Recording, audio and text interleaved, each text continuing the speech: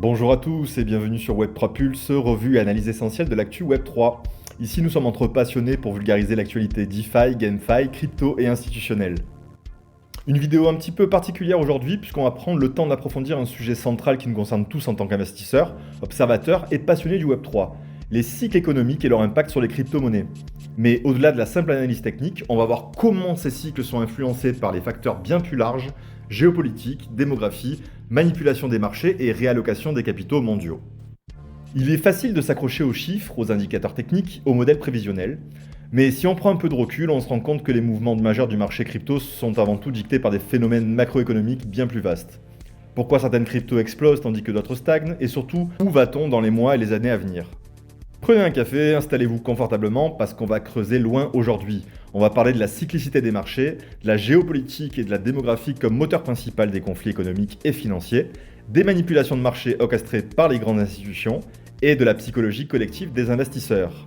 Vous êtes prêts ? Allez, c'est parti. Depuis que le Bitcoin a été créé en 2009, on observe une répétition cyclique très marquée dans son évolution. Tous les 4 ans environ, un événement clé appelé halving réduit l'offre de nouveaux BTC en circulation, créant une pression haussière sur le prix. Mais si c'était aussi simple que ça, tout le monde aurait déjà trouvé la recette magique pour devenir millionnaire avec Bitcoin.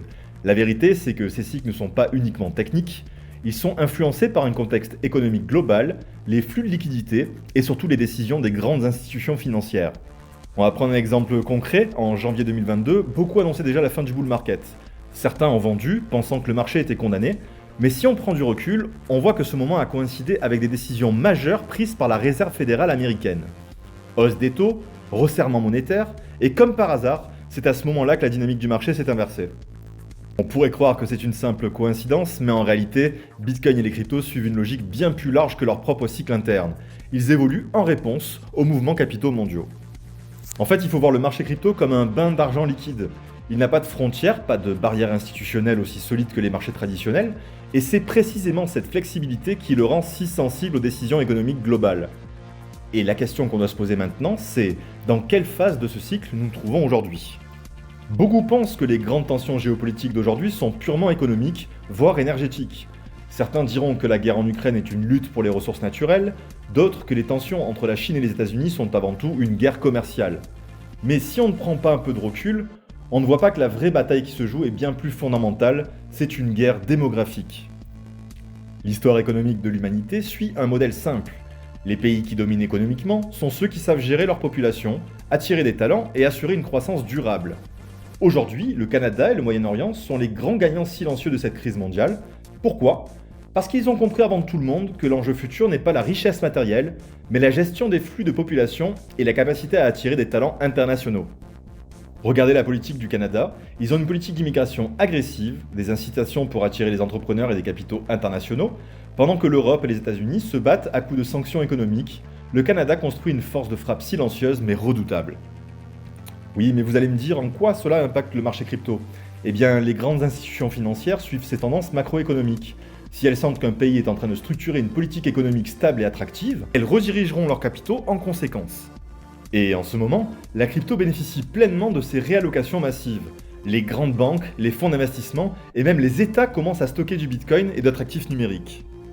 Quand BlackRock, Fidelity et d'autres géants rentrent en jeu, ce n'est pas pour faire du trading court terme, c'est parce qu'ils anticipent une transition structurelle de l'économie mondiale. Attaquons maintenant le sujet de la manipulation des marchés et la psychologie des investisseurs. Les mouvements actuels des marchés montrent que les initiés ont accès aux informations bien avant le grand public. Et à chaque cycle, le schéma se répète. On voit des mouvements irrationnels, des liquidations de masse, des hausses soudaines. Tout cela suit une orchestration bien précise. La majorité des investisseurs tombent évidemment dans le piège. Ils paniquent quand le marché baisse, ils achètent au sommet et ils vendent au pire moment. C'est pour cela que comprendre la psychologie du marché est aussi important que l'analyse technique. La vraie clé du succès dans le marché crypto, c'est de ne pas avoir raison à chaque instant. C'est d'être capable de rester rationnel dans un environnement irrationnel. Alors qu'est-ce que nous pouvons retenir de tout ça ? Eh bien que nous sommes dans une phase charnière du cycle crypto. La volatilité est normale, mais les grands fonds institutionnels commencent à rentrer en jeu.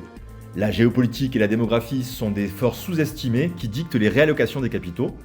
Ceux qui comprennent ces tendances auront une longueur d'avance. Ensuite, oui, les manipulations de marché existent, mais elles peuvent être anticipées. Il faut rester stratégique et ne pas se laisser influencer par la panique ambiante. Surtout, gardez en tête que ce marché est une course de fond, pas un sprint. Ceux qui arriveront à naviguer intelligemment dans cette période d'incertitude seront les grands gagnants du prochain cycle. Si vous avez aimé cette vidéo, pensez à liker, commenter et à vous abonner pour ne rien rater. Voilà, c'est tout pour ce grand podcast sur la cyclicité des marchés crypto et son lien avec la géopolitique mondiale. Merci d'avoir suivi la vidéo. A très vite sur Web3 Pulse, revue analyse essentielle de l'actu Web3, DeFi, GameFi, crypto et institutionnel. D'ici là, tradez intelligemment, holdez prudemment et surtout ne vous laissez pas manipuler par vos émotions.